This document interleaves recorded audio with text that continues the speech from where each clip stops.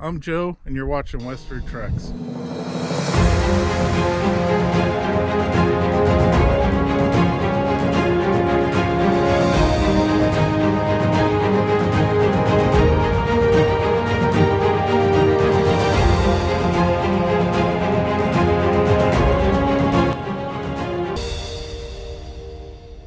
YouTube, we are at a special place today. We're at Doc Parsons Ranch in Browns Park, Utah.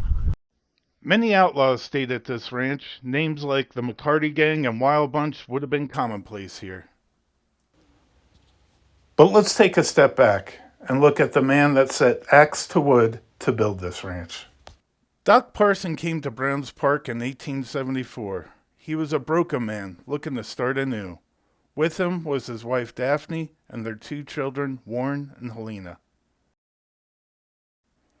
He had recently invested heavily in an irrigation project near Denver, Colorado. The project went bust. But Doc Parson was a man of means. He was a practicing physician. He was a dairy farmer. He wrote the bylaws for the Colorado Stock Growers Association. He owned a smelter and was a blacksmith. He started the Denver Mint, making quarter eagle and half eagle gold coins. Doc Parson was a man of means and prestige. Yet here he was in the hole, Brown's Hole. You see, the early settlers called this beautiful valley Brown's Hole. There is some debate on how the name came about. It was likely named by the fur trappers that gathered here in the early 1800s. Yeah, there's something special about this place. The Native Americans felt it. They had been gathering here for over 10,000 years. I think Doc felt it too. There are a couple of ways to get to Parson Ranch. We chose the longer, more scenic route. It involves a swinging bridge. A swinging bridge that my wife was quick to remind me a terrible incident had occurred years earlier. A ranch hand decided to take a tractor across it. The tractor proved too heavy for the bridge. Now as we start across the bridge, I know exactly what my wife is thinking. Certain death awaits. We will never make it.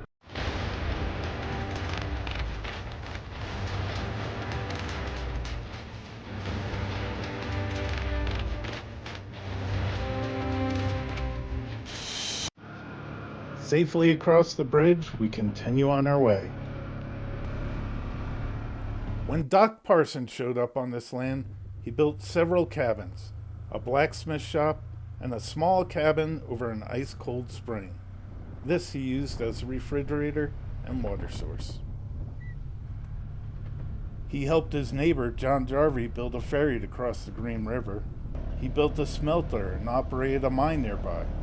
Yes, there is copper in them thar hills. Doc Parson even delivered Queen Anne Bassett, a beautiful frontier woman who had more guts and glory than John Wayne and Clint Eastwood put together. Watch my video about Two Bar Ranch to learn more on her. Doc Parson passed away in 1881. He was laid to rest next to his 11-month-old daughter somewhere on this property. May they rest in peace. In 1884, his wife abandoned the property, leaving a void in this valley. All voids must be filled, and that's where the outlaws came in. Some of the first outlaws to hide out here was the McCarty Gang. The McCarty Gang consisted of Tom, Bill, and Fred McCarty. They started off as horse wrestlers in the 1870s. By the 1890s, they stepped it up to robbing banks. Did you ever know Butch Cassidy? Tom McCarty, any of the outlaws? Do you know any of them? I tried asking the locals for information, but they were tight-lipped. You guys are going to be on YouTube. It is said they even introduced Butch Cassidy to the ways of thievery. The McCarty Gang broke up in 1893 after robbing a bank in Delta, Colorado. During this robbery, Bill and Fred McCarty were shot dead by locals responding to the commotion. This is pretty cool. There's a whole bunch of old tools out here. Look, this is, I bet, part of an old wagon wheel right here. And part of like something for cutting hay, I bet. Oh look, this would have been part of probably part of a wagon there where the axles went through. I'm not too sure what that would be.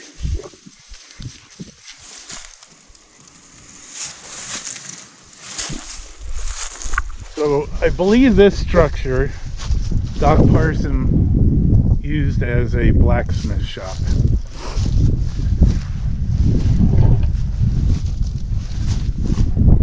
I think this is here just to try to keep this from falling over, but look, you can see the old door frames. That ends right here.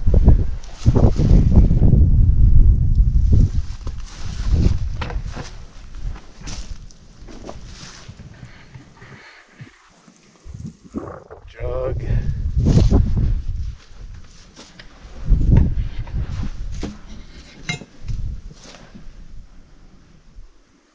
That looks like maybe something off of a pot. There's an old hook. That thing's seen better days. Look at that little, probably part of like a bridle or I don't know. I don't know where I'm trying to go with that one. This is part of some old axes here. Man, these are old. Look at that. Very cool. There's Kimber. Tom McCarty survived the Delta robbery and fled to Montana. He laid low as a sheep herder until his violent past caught up to him. Around the year 1900, he was killed in a gunfight.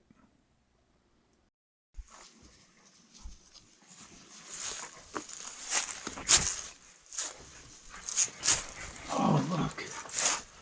You can see like burnt stuff right down in there. There's blacksmithing. I bet you that was an air intake right there. And it would come into his forge. I think that's what you call it. I bet you if you removed all these leaves in here, you could probably find old burnt stuff all over in this area.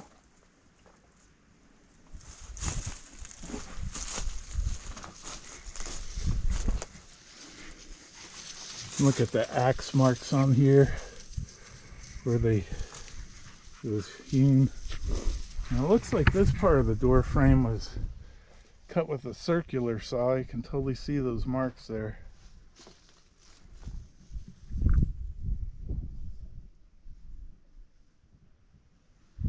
Very cool.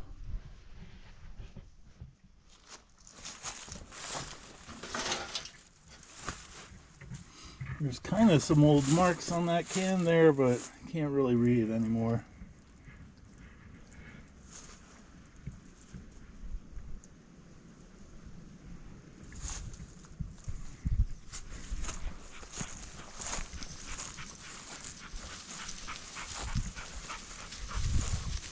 Oh, there's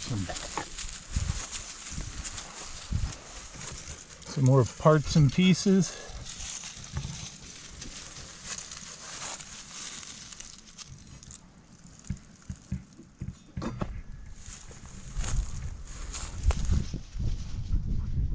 You can see where somebody's come in and tried to shore it up keep it from falling over. A lot of history happened here. A lot of history.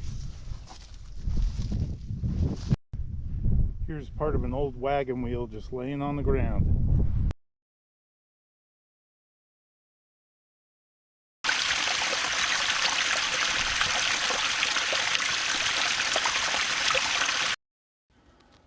The next group of outlaws to use this now abandoned ranch was Butch Cassidy, Matt Warner, and Elsie Lay.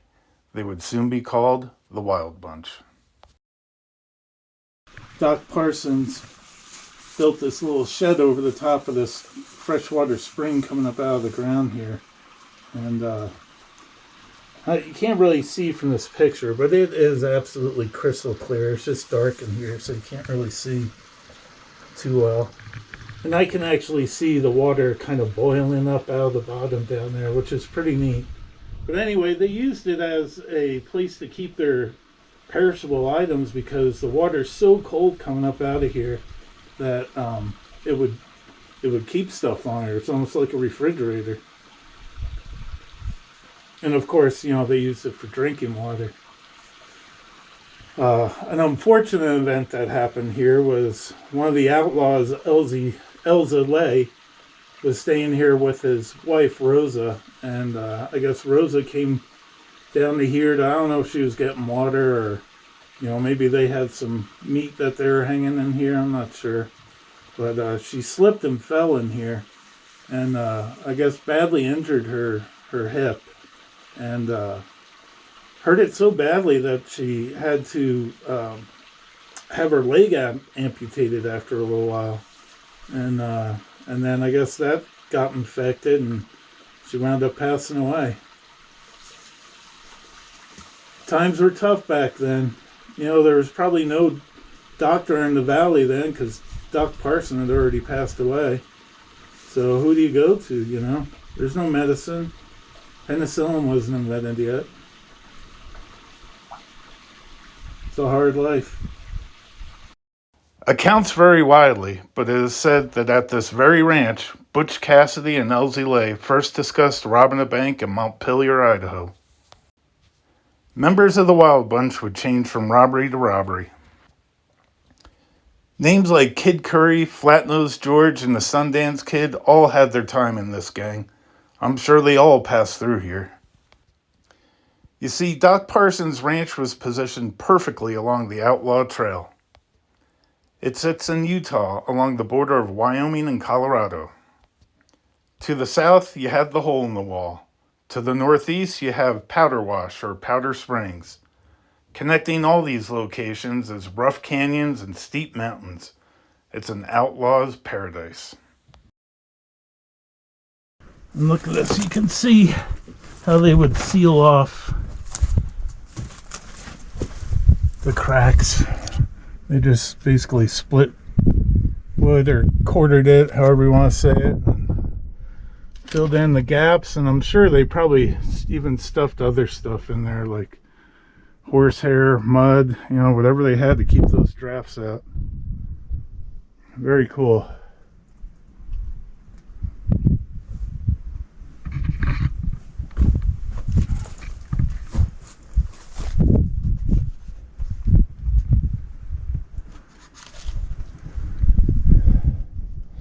I love the window. It's a pretty big window for a cabin too. Not the best view though. You think they would have put it out the other side so they could see the Green River there.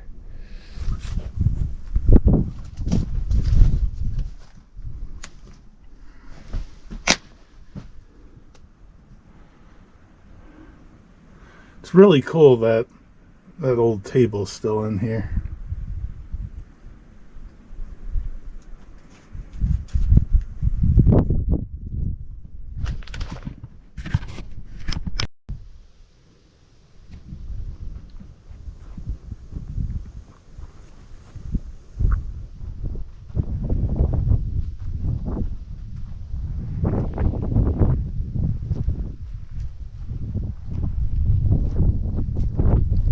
It could have been in any one of these cabins that Butch and Elsie concocted their first robbery.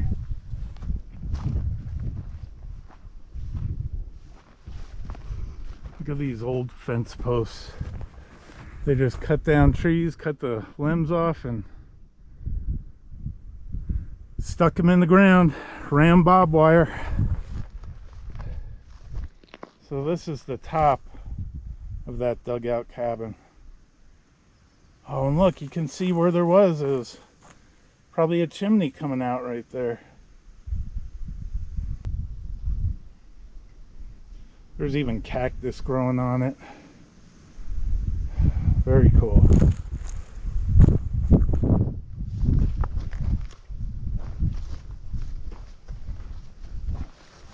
Right here,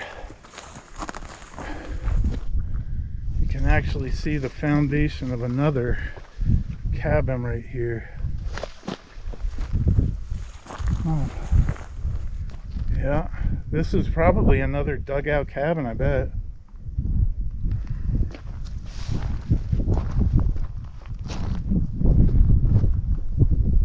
Heck yeah, that's exactly what it was. Another dugout cabin right here.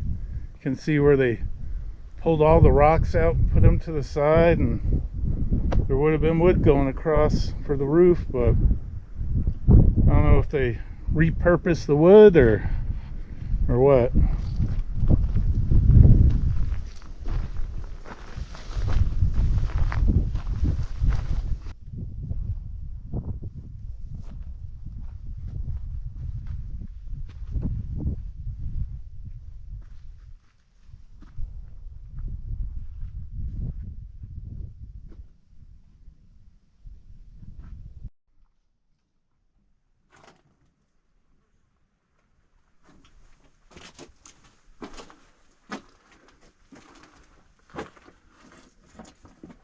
I could just imagine like old canning stuff up here. What a cool dugout. Look at how they put that log in with the rocks. And it's in such good shape. I mean, even the roof. It's kind of creepy with all the stuff hanging down, but what a cool area. Until you see people leaving garbage in here. Don't ever do that. Come on.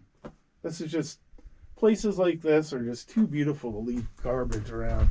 Pack out what you pack in. Don't be a pig.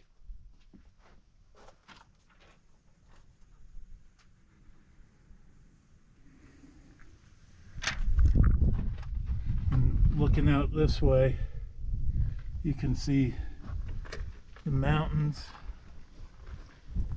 And you can't really see it too well from here, but the Green River is just over that pasture right there.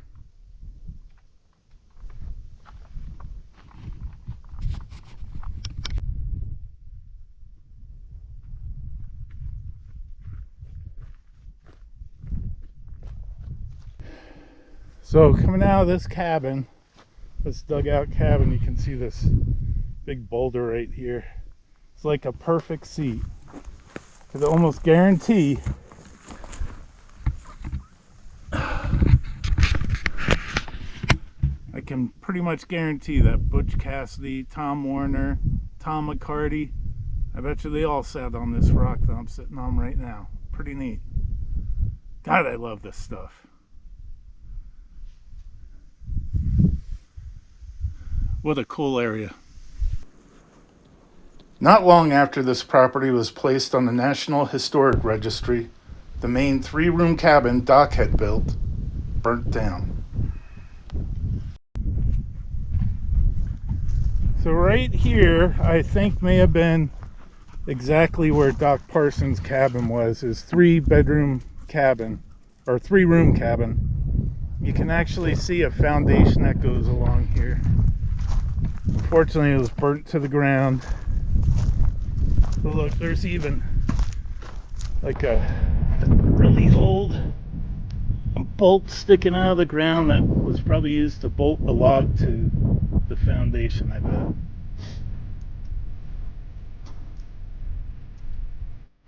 So, an old brown. Look at the entrance to it. So cool if that's still standing. Most of the fencing's gone, but the doorway to it's still here. Over there's another one. I don't know how the heck this thing made it here. It's a really old bed for a utility truck, and actually, it's really cool looking.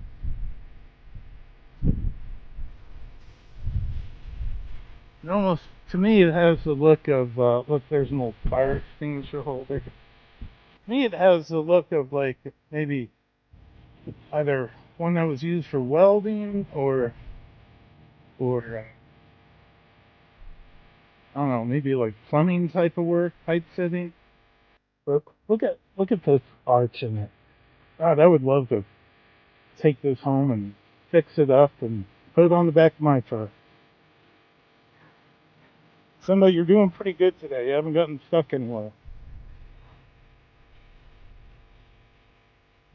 Why do we romanticize the outlaw cowboy, the gunslingers of the Wild West? I guess they represented freedom, self reliance, and a gritty individualism that could only be found here in the American Wild West. History is alive and well here at Doc Parsons Ranch. Don't forget to subscribe and hit that like button. Thanks for watching.